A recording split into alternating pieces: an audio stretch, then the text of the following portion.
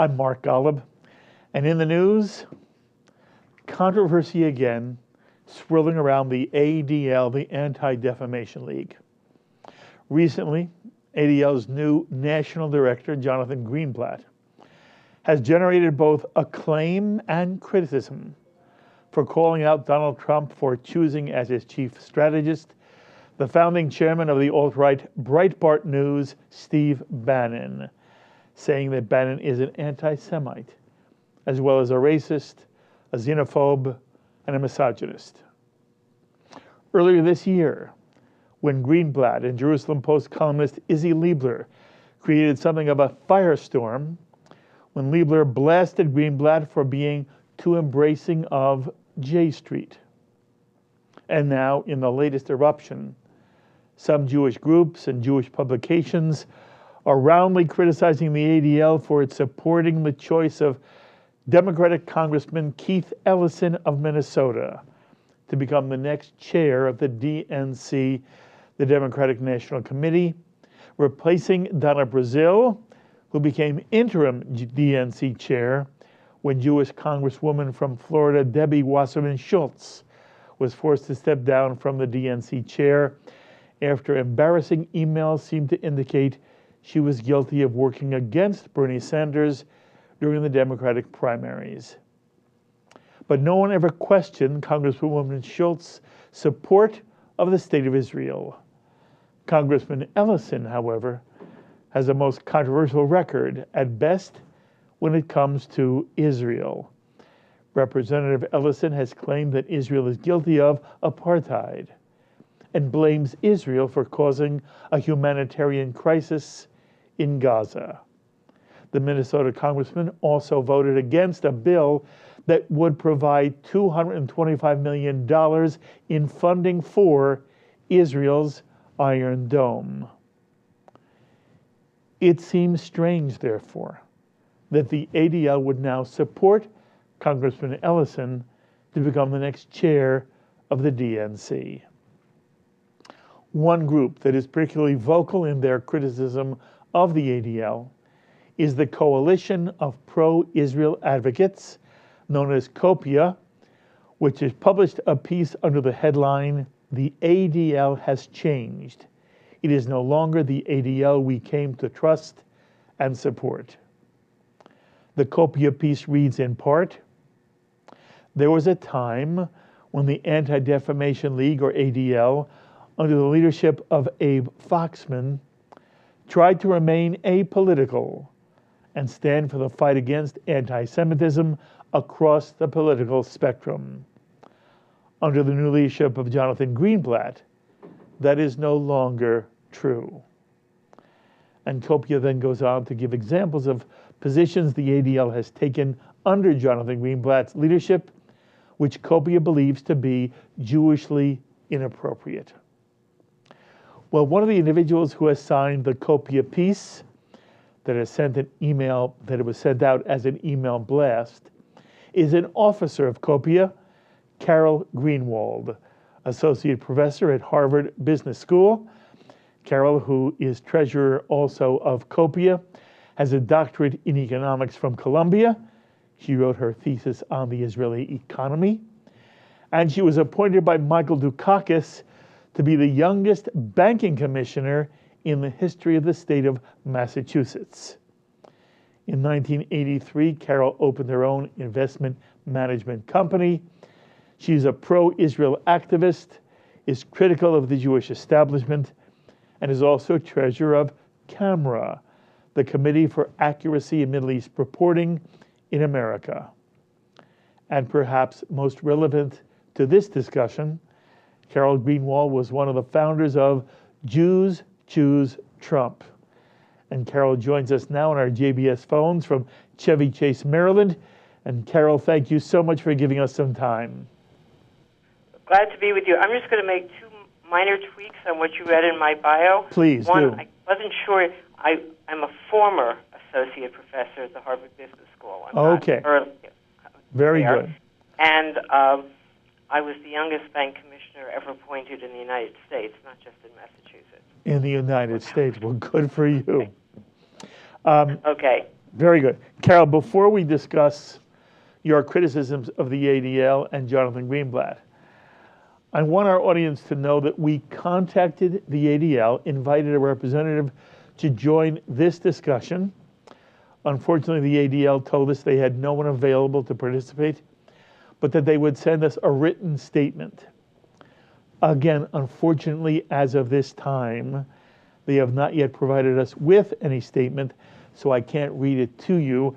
I do have here, however, an attachment to a tweet sent out by Jonathan Greenblatt, which reads, "We spoke with leadership in the Jewish community in Minnesota who confirmed what ADL and other national organizations have seen, that Keith Ellison is a man of good character. We've seen him through his work in Congress as an important ally in the fight against anti-Semitism and for civil rights. He's been on the record in support of Israel and supports a two-state solution. However, the congressman also has made statements and taken positions, especially regarding the Israeli-Palestinian conflict, on which we strongly defer, and that concerns us. We hope that all candidates for this post will make clear where they stand on these issues, and that the Democratic National Committee will make a choice that affirms the long-standing bipartisan consensus on a strong U.S.-Israeli relationship. In addition, we want to make clear to those who disagree with Congressman Ellison that in doing so, there is no room for innuendo or slander because of his race or his faith." And Congressman Ellison is obviously an African American who also is the first American Muslim to be a member of Congress. So we want to read that to you so that we could make something known of the ADL's position. And so with that said, Carol, may I ask you in general, what is it that prompts you and COPIA to take your stand against the ADL and Jonathan Greenblatt at this point in time? What we've had is a coup. The ADL has been taken over by the left wing of the Democratic Party and has been made an adjunct of an administration that was just voted out by the popular vote. I mean, Hillary Clinton ran on, this is a third term for Obama, and Obama said, vote for Hillary because of my legacy, and the population didn't. They voted that out. Instead, that group, that wing of the party has taken over the ADL. The name is the same, but the organization isn't, and it's terribly important that we have such an organization. Right now, on the college campuses, or many college campuses, anti-Semitism run by the left and by Islamists is destroying the college experience for Jewish students and making them afraid to stand up and be proud Jews. It wasn't like it was when I went to college in the 1960s. So that's why we need an organization, and it's time for the board of the ADL to admit they made a terrible mistake, and they have to fire him. Because if they don't fire him almost immediately, the ADL will cease to exist as a Jewish communal organization. It will have no credibility. It has virtually no credibility now, but whatever it has, it's going to be destroyed very quickly. Those are going to say that this is partisan politics. You supported Donald Trump. Jonathan Greenblatt comes out of the White House of the Obama White House. He obviously supports the Democratic Party, but that partisan politics obscures the issue. The issue that you raised in your COPIA piece begins with Ellison, Congressman Ellison, and your feeling that the ADL has really crossed the line by supporting Ellison. And I think we said two things, and we could have said a whole lot more. We've started with his support, or his making BDS appear to be normal. When the ADL surprised its supporters and came out against state efforts to say that state governments couldn't contract with organizations who supported BDS, the Boycott, Divestment, Sanctions movement against Israel, and to, as I said, the surprise of ADL supporters, the ADL under Greenblatt opposed those state measures. That was the beginning of saying, what? So here we have the normalization of the BDS movement. And as Liebler pointed out, the ADL embracing J Street. Now, J Street has tried to walk the line of saying they don't embrace BDS, but then they have pro-BDS speakers at their convention, so it's a little bit hypocritical. But ADL, by taking its stand, is in fact normalizing, saying, well, this isn't, what it's trying to say is being anti-Israel, delegitimizing the state, demonizing Israel, is not anti-Semitic. But in fact, in today's world, that is the public manifestation of anti-Semitism. Mm-hmm. And when the ADL says, no, we're not going to fight that, we're going to say you can be anti-Israel and not be anti-Semitic, they're essentially saying, we're not fighting anti-Semitism. We have other things to worry about. The lesbian, gay, VGT community. We have Islamophobia. We have, go to their site on civil rights issues that have to be, that they're fighting for. Out of the 7 listed on the site today, only 2 deal with Jewish issues. The others are all, are the left wing of the left. Mm-hmm. I understand. They're bored with they're bored with Israel. Greenblatt's statement that we have to, when he went to J Street and he was answering Liebler and said, well, these are very sincere children, or young people, I guess he called them. I call them children. Because they're childish in their knowledge. But they're sincere. They really are doing this because they want peace. They really believe in this. Well, that's, of course, nonsense.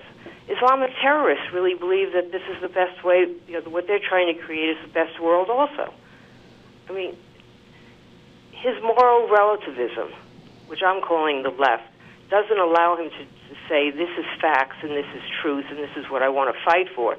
Instead, he condemns those who don't understand the truth of the Palestinian narrative, a word I despise because we use the word narrative when you deny there are facts. And there are facts. Yes. So, no, it isn't partisan politics. And let me say that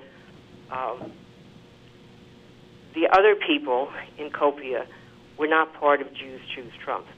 You asked me to list my different organizations. They're not officers of camera. They haven't been involved in other activities that I've been involved in. Okay, I want to make sure our audience hears And you. I also want to say I was a Democrat. You did notice I was appointed by Mike DeCock. Yes, I did. I held a position appointed by President Carter. Yes. I have been a Democrat in my life. I understand. By the way, I want to make sure, did I hear you correctly? On this piece that went out as an email blast from Copia, right. You're one of the officers listed. Are you saying the other officers are not in the right. Jews for Trump movement? Only you are? Right. Okay. Yes. That's a very interesting thing. Okay. Look, Carol, I'm sure you saw after Greenblatt came out against Steve Bannon, fundraising went up 70% for the ADL. What does that indicate to you, not simply about the ADL, but about their rank and file membership who are supporting the organization? I think that many in the Jewish community have behaved shamelessly. They have created a hysteria about Trump in terms of that he's Hitler, that you need to be afraid, there are terrible things going to happen. And it's outrageous because it cheapens the Holocaust. And if Trump is Hitler, then Hitler wasn't any big deal. I mean, it so hollows out the tragedy of our people. And it is so outrageous for Jewish leaders to have done this to the Jews. So yes, on the 17th, I ran something off in his opening address at the conference the ADL ran. Greenblatt talked about how people are afraid and how terrible things were said But don't worry, we have the ADL to protect us against this terrible government that we have elected. This is all nonsense, and it's terrible nonsense. And it is unprecedented. It is terrible. It is very much unprecedented. What do you think is behind it, Carol? And what, there would be those who argue, look, the ADL is tapping into something very real and important inside the American Jewish community, even if you disagree with it. It's something that was created by this campaign, and it's something very frightening. Let's go back to Ellison for a minute.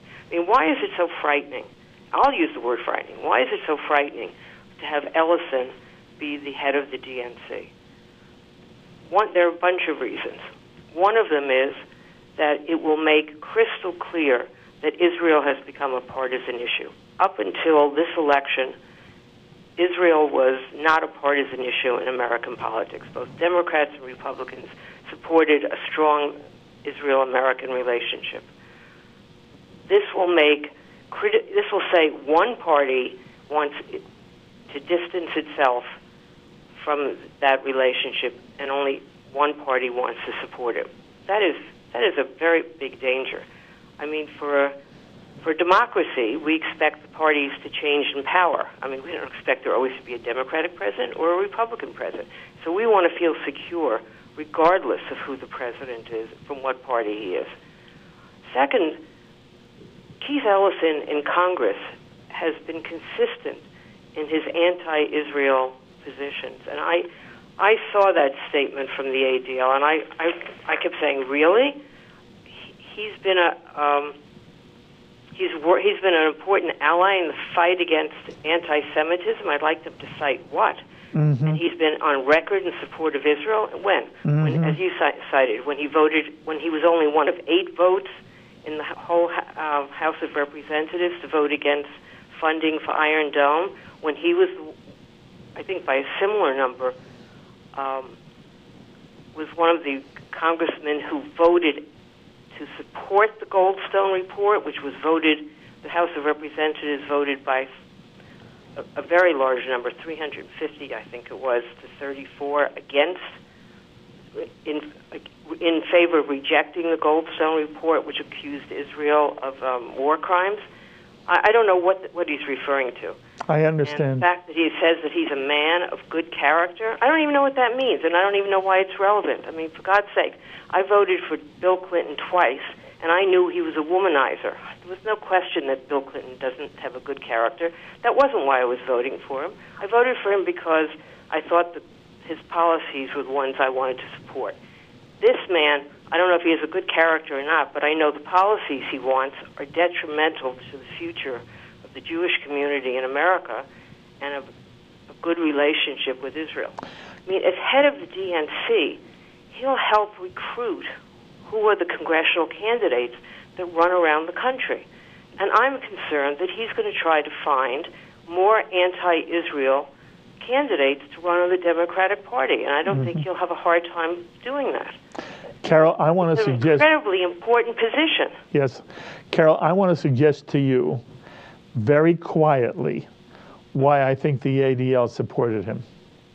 Okay. I think they supported him because he's an African-American Muslim, and that they would argue, in this American climate, it's important for America to make a statement that embraces Muslims, embraces African Americans, embraces minorities, and it's as if the Israel issue wasn't even on their radar. It's impossible to me, Carol, that the ADL would come out for Ellison if they thought it through the way you've described it. The only thing that makes sense to me is they didn't go that far. They saw an African American Muslim and they said, wouldn't that be wonderful if that person... Isn't that what we already did 8 years ago? Isn't that why we voted for a black president whose middle name was Hussein? No, this is different. We didn't vote for a black president because it wasn't going to make us all feel wonderful about ourselves? There was something wonderful. What, he had wonderful. the experience? He had a resume that said he deserved to be president after 2 years in the Senate? Yes, no, we voted for him because wouldn't it be great to pull the country together by having a black president. Okay, He managed to so what would you say now if that is the motivation of ADL? I would say that's not their job. Their job is to fight anti-Semitism. And believe it or not, we actually have a problem. And it's a much bigger problem than Islamophobia. Yes, there's a bigger increase in hate crimes in percentage terms against Muslims, but the base is incredibly small. It's a fraction of the number of actual crimes against Jews. So I think if that's what their motivation was, it's another reason to stop giving them any money. Okay. Until they find their mission again. Okay. Their mission was to fight anti-Semitism. Yes. Bowie, I'm not... And they've decided it bores them. I'm sorry? I think they've decided it bores them. It's not something that's cool on college campuses. Yeah, you use the word bores. I think it's not about that it bores them from where I'm sitting. It is, however, that it is that they have in their minds a larger humanistic priority, even though it really means that Jews will suffer. I want to throw one more of the answers you might be given. How would you respond to those who would say to you that even if you disagree with the ADL, and you're right, you don't serve the best interests of either the State of Israel or of American Jewry by going so public with this kind of criticism, that the Jewish community always does best and thrives when there is unity in the Jewish community, inside the community, and that in some way your criticism is diluting that unity? What would you say? I would say that you're only pretending that there's unity. There isn't unity. They are not representing the Jewish community. They are simply not. Jews are not giving to the ADL. Yes, you told me that they got a 70% increase in funding over some period. I have no idea what that means as a base or how many people. What I'm saying is they have decided that they are not going to represent the Jewish community. They have other interests, larger interests, smaller interests, but they are not representing the Jewish community. They are not the only Jewish institution that goes that way, but right now they are at the forefront, and it's a terrible loss. There'll have to be another organization created to do the work that they should be doing. Mm-hmm. But their credibility is gone. All right, one more. As long as he is there, their credibility is gone. I understand what you're saying. You know, you've heard Jews, some of whom are out, I mean, they are just beside themselves over the choice of Steve Bannon as chief strategist because of his connection to the alt-right and to Breitbart. As someone who supports Trump, how do you feel about Bannon, and how do you answer the good people who say that what Bannon represents is something they cannot support and that it reflects poorly on Donald Trump? That was another embarrassment for the ADL. The ADL came out and called him an anti-Semite and said that he'd made all these anti-Semitic statements, and then they had to embarrassingly back down because they couldn't find one statement, not one. I am not, until very recently, a person who read Breitbart News, but with all the publicity, I decided I should read this thing. So I do look at it every day. So far, in the few weeks that I've been reading it, I have not found one offensive article on the whole thing. So I don't know what they're talking about. I mean, what I've read is that in the talkbacks, there are anti-Semitic statements by people who write talkbacks. Well, you know, I've seen really disgusting talkbacks on lots of sites, including the Washington Post, and I mean, it's incredible what people will write under a fake name on the internet. By the way, the real criticism doesn't seem to be anti-Semitism about Breitbart. It more has to do with its take on women and its racism. Oh, come on, women's take on women. They had one article that said, it seems to me it was funny, it was meant as fun. One article that said women who take birth control pills are ugly. That's supposed to be taken seriously? Okay. I have to make them crazy is what it says. What you hear is a trumped-up fear, and what you hear is anger from people who thought they were going to win and lost. It is wonderful that you gave us time, and I feel it's very important that the positions you articulate are ones that are heard. Very often they're not heard in the Jewish community. I would love at one point to be able to go into this with you in more detail, perhaps in person one day. So I look forward to meeting you in person. In the meantime, I thank you so much for giving us time on JBS, and we will do it again. Thank you for calling me. Okay. Thank you, Carol. Bye-bye. Bye-bye. Carol Greenwald, who is the treasurer of COPIA, the Coalition of Pro-Israel Advocates. A personal thought. I find it an extraordinary pity, the extent to which Jews now are pitted against Jews. And it has nothing in my mind to do with Donald Trump. Donald Trump hasn't created this division. This division has been brewing and growing. It has to do with the way one looks at the state of Israel, the Israeli-Palestinian conflict, and what it means to be a Jew today. And I wish there were more reaching across, they say the aisle, no, just across, to understand and listen to one another.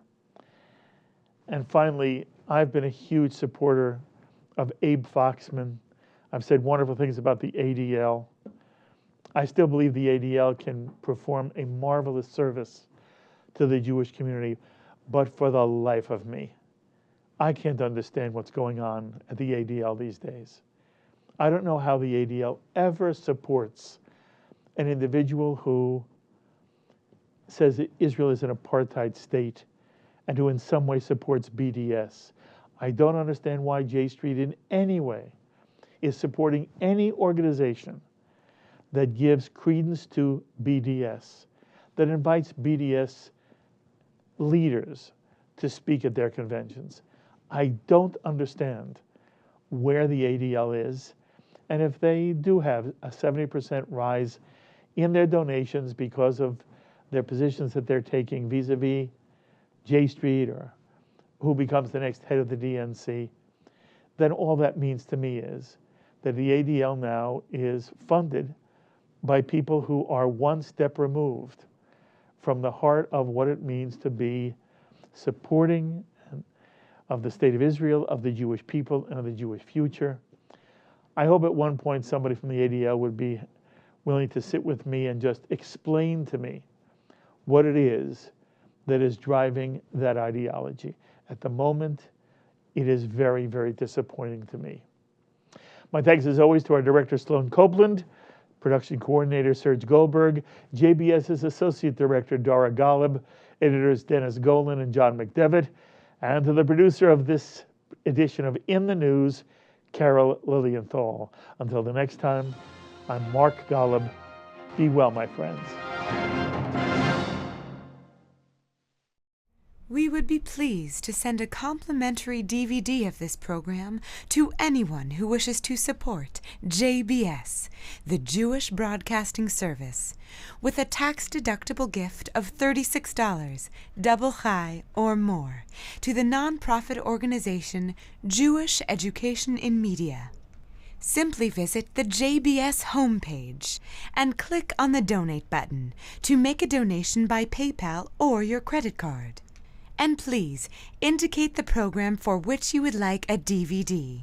Or you can send your tax-deductible check made out to Jim, Post Office Box 180, Riverdale Station, Bronx, New York 10471. And again, please remember to indicate which program you would like to receive with our compliments. And we thank you for your kind support.